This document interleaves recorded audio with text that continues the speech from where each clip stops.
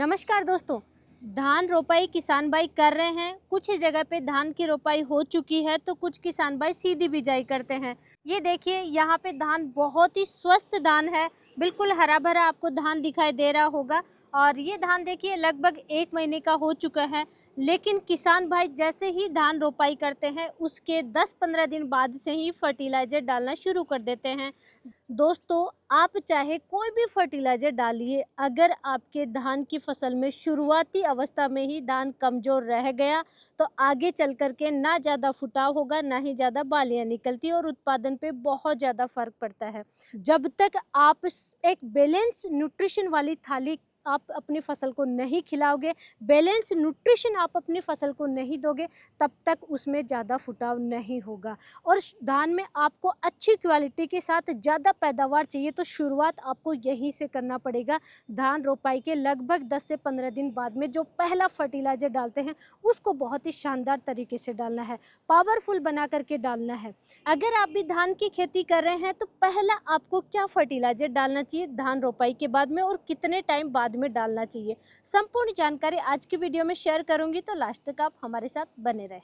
दोस्तों, सबसे पहला स्टार्ट होता है धान रोपाई के समय। धान रोपाई के समय किसान भाई के पास जैसी भी व्यवस्था होती है वैसा ही फर्टिलाइज़र डालता है, नहीं तो उस समय किसान भाई छोड़ भी देते हैं, क्योंकि बाद में उनको लगता है कि 10-15 दिन बाद में तो फर्टिलाइज़र डालना ही है, तो कुछ किसान भाई छोड़ भी देते हैं और 10-15 दिन बाद में फर्टिलाइज़र डालते हैं। तो धान रोपाई के बाद में पहला जो फर्टिलाइज़र जाना चाहिए वो 10 दिन बाद से लेकर के 15 दिन तक आप कभी भी डाल सकते हैं, लेकिन लंबी अवधि की फसल है तो पहला फर्टिलाइज़र लगभग 20 दिन के आसपास आप डालेंगे। इस चीज़ का आप ध्यान रखिए। तो एक तो पत्तों में पीलापन आता है तो उसके लिए आपको पूर्ति करनी है। नई पत्तियों में पीलापन आता है, पुरानी पत्तियों में पीलापन आता है। कुछ ऐसा होता है कि धान में जो पत्तियां होती हैं उनमें स्पॉट बन जाते हैं पीले कलर के या सफ़ेद कलर के, कुछ धान में धारियाँ सी बन जाती हैं। तो इस तरीके की समस्याएं आती हैं। इन समस्याओं से बचने के लिए सबसे पहला जो फर्टिलाइज़र जाएगा वो होता है दोस्तों यूरिया। धान में सबसे ज़्यादा नाइट्रोजन की आवश्यकता होती है शुरुआत में, लेकिन यूरिया ज़्यादा भी नहीं डालोगे। अगर बहुत ज़्यादा डाल दिया तो धान सीधा सीधा चला जाएगा, फुटाव नहीं होगा और आगे चल कर के उस धान के गिरने की संभावना सबसे ज़्यादा होती है। तो पहला आपको यूरिया फर्टिलाइज़र लगभग 30 से 35 केजी आपको प्रति एकड़ के हिसाब से डालना है। लंबी अवधि की फसल है तो वहाँ पे 40 केजी प्रति एकड़ के हिसाब से भी पहला यूरिया फर्टिलाइज़र आप डाल सकते हैं। क्लोरोफिल बनता है तभी पौधा हरा रहता है। क्लोरोफिल का पार्ट होता है नाइट्रोजन, और नाइट्रोजन की पूर्ति करने के लिए सबसे सस्ता फर्टिलाइज़र मिलेगा यूरिया। इसलिए किसान भाइयों को यूरिया फर्टिलाइज़र डाल देना है 10-15 दिन के आसपास ही पहला फर्टिलाइज़र। इसके साथ में ज़्यादा से ज़्यादा पोषक तत्व वाले फर्टिलाइज़र आपको मिलाने चाहिए। इस समय कोई आलस्य नहीं करना है। तो यूरिया के साथ में सबसे पहला जो फर्टिलाइज़र जाएगा यूरिया के साथ में वो है दोस्तों जिंक सल्फेट। जिंक आपको डालना है। चिलिटेड जिंक आप डालोगे तो सल्फ़र अलग से डालना पड़ेगा। इससे बेस्ट है कि आपको जिंक सल्फेट का इस्तेमाल करना चाहिए। जिंक भी आ जाएगा और सल्फ़र भी आ जाएगा। जिंक सल्फेट क्या इसलिए इस्तेमाल करना है दोस्तों, जिंक की कमी बहुत ज़्यादा धान की फसल में आती है। धान की फसल है वो स्वस्थ रहनी चाहिए, जड़ों का विकास होना चाहिए, तने का विकास होना चाहिए, पत्तियां जो नई लीफ निकल रही हैं वो स्वस्थ निकलनी चाहिए, जो इसकी साइज है नई लीफ की वैसी ही साइज में निकलनी चाहिए। जिंक की डिफिशियंसी रहेगी तो दोस्तों साइज प्रॉपर नहीं बनेगी, पौधा छोटा रह जाएगा, नई लीफ है वो छोटी रह जाएंगी, नई लीफ में पीलापन आएगा, सफ़ेद धारियाँ सी बन जाएंगी या पीली पीली सी धारियाँ या स्पॉट आपको दिखाई देंगे, तो ये जिंक की डिफिशियंसी होती है। तो यूरिया के बाद में सबसे इम्पोर्टेंट फर्टिलाइज़र होता है जिंक, और जिंक में भी जिंक सल्फेट आपको डालना है। अगर 21% वाला जिंक सल्फेट है तो 10 केजी प्रति एकड़ के हिसाब से डालना है, लेकिन 33% वाला जिंक सल्फेट है तो 5 से 7 केजी प्रति एकड़ के हिसाब से डालोगे, अच्छा रिजल्ट देखने को मिल जाएगा। और इसमें बेस्ट रिजल्ट मिलता है 21% वाले जिंक सल्फेट का। जो ये पोषक तत्व मैं बताऊंगी दोस्तों, इनकी डिफिशियंसी 15 दिन के आसपास देखिए धान में अगर पीलापन आ रहा है तो कोई ना कोई पोषक तत्व की कमी है। सबसे ज़्यादा धान में 15 दिन के आसपास ही पीलापन आता है। वो पीलापन नहीं आना चाहिए, वो उस फसल में आपका वो ड्रॉबैक नहीं आना चाहिए। उसके लिए बेस्ट है कि पीलापन आने से पहले आप फर्टिलाइज़र डाल दीजिए। जिंक की डिफिशियंसी को खैरा रोग कहते हैं दोस्तों, अक्सर खैरा रोग कहा जाता है, तो वो रोग आपकी फसल में नहीं आना चाहिए। सेकंड पोषक तत्व है दोस्तों मैग्नीशियम।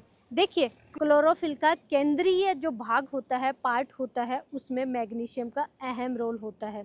तो क्लोरोफिल बनने के लिए मैग्नीशियम की बहुत ज़्यादा आवश्यकता होती है।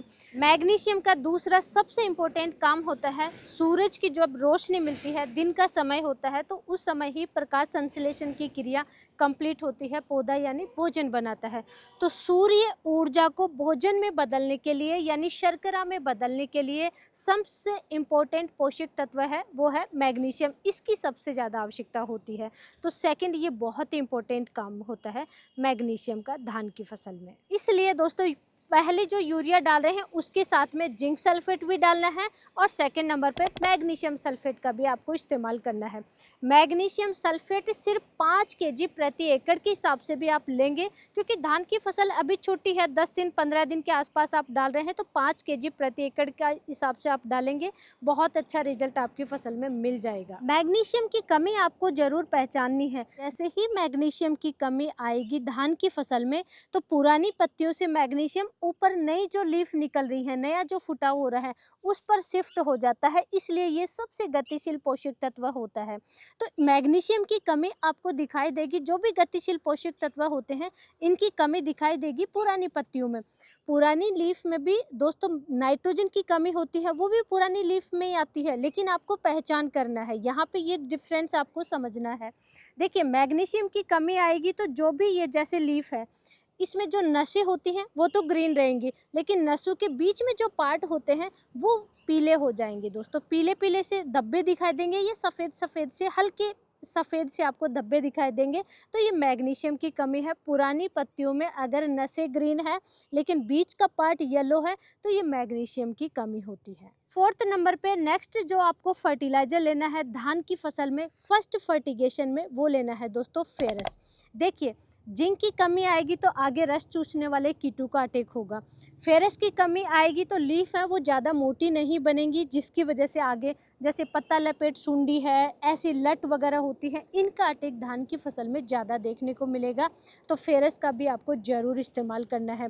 कई बार पत्तियाँ सफ़ेद आपको दिखाई दे रही हैं, पूरी लीफ अगर सफ़ेद दिखाई दे रही है तो वो फेरस की कमी होती है।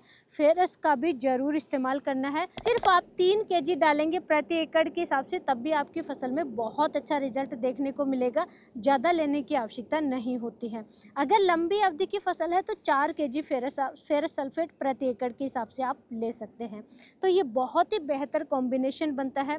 Urea fertiliser, zinc sulphate, ferrous sulphate, magnesium sulphate, ये पोषक तत्वों वाला एक कॉम्बिनेशन आपको बनाना है।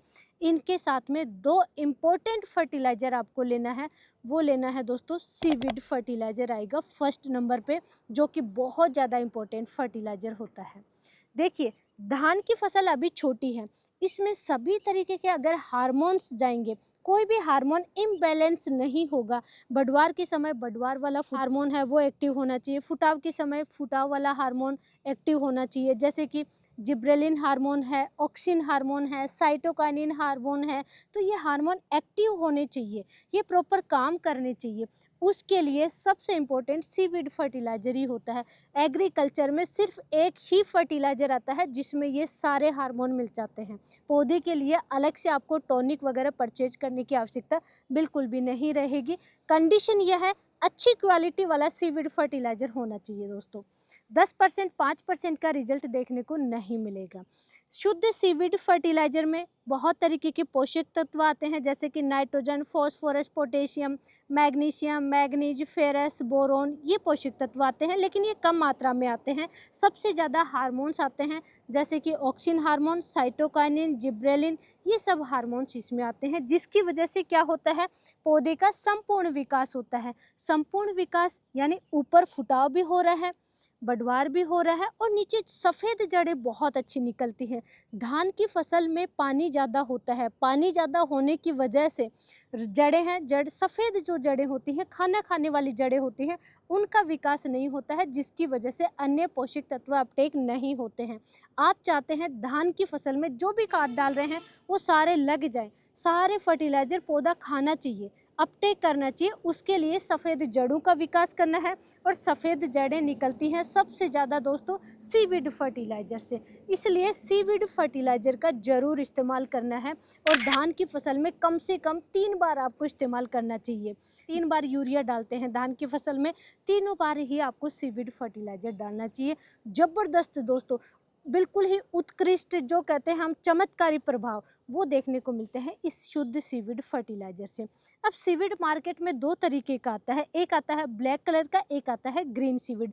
दोनों का ही आप इस्तेमाल कर सकते हैं, दोनों का ही बहुत अच्छा रिजल्ट देखने को मिलता है। शुद्ध सीवीड जो कि 80% शुद्ध 100% वाटर सोल्यूबल फर्टिलाइज़र आता है, इसका आपको सिर्फ और सिर्फ 1 केजी प्रति एकड़ के हिसाब से इस्तेमाल करना है।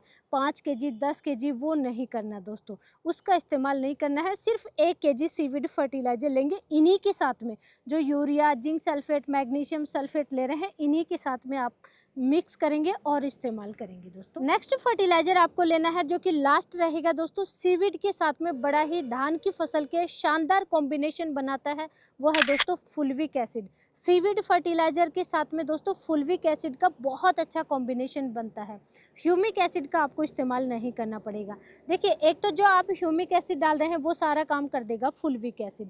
सेकंड दोस्तों, जो सबसे इम्पोर्टेंट काम होता है वो होता है, कोई भी पोषक तत्व अगर पौधा किसी भी कारण से अपटेक नहीं कर पा रहा है, उस पोषक तत्व को अब ग्रहण नहीं कर पा रहा है, तो फुल्विक एसिड उसको अपटेक करवाने का काम कर देता है। कई बार पानी ज़्यादा दिया है, कई बार कम दिया है। इस बार सीजन में देख रहे हैं कहीं पे बारिश ज़्यादा हो रही है तो कहीं पे कम हो रही है, कई बार सनलाइट कम मिल रही है फसल को, बादल छाए हुए हैं, तो कम सनलाइट में भी ज़्यादा से ज़्यादा क्लोरोफिल बनता है। फोटोसिंथेसिस की प्रक्रिया कंप्लीट होती है प्रॉपर तरीके से, जिसकी वजह से ज़्यादा क्लोरोफिल बनता है। और जिस ज़्यादा क्लोरोफिल बनेगा तो हर स्टेज पे आपकी फसल ज़्यादा अच्छा परफॉर्मेंस देगी। उसके लिए फुल्विक एसिड की आवश्यकता रहेगी अच्छा परफॉर्मेंस लेने के लिए। और फुल्विक एसिड को भी आपको धान की फसल में 3 बार इस्तेमाल करना है। फर्स्ट फर्टिगेशन में 1 केजी प्रति एकड़ के हिसाब से लेंगे, इन्हीं खादों के साथ में आप मिला करके इस्तेमाल करेंगे फुल्विक एसिड का। और भी बहुत तरीके के काम होते हैं, वीडियो लेंदी हो जाएगा, जैसे कि रूट डेवलपमेंट वगैरह का काम भी करता है फुल्विक एसिड, कुछ इसमें पोषक तत्व भी आते हैं।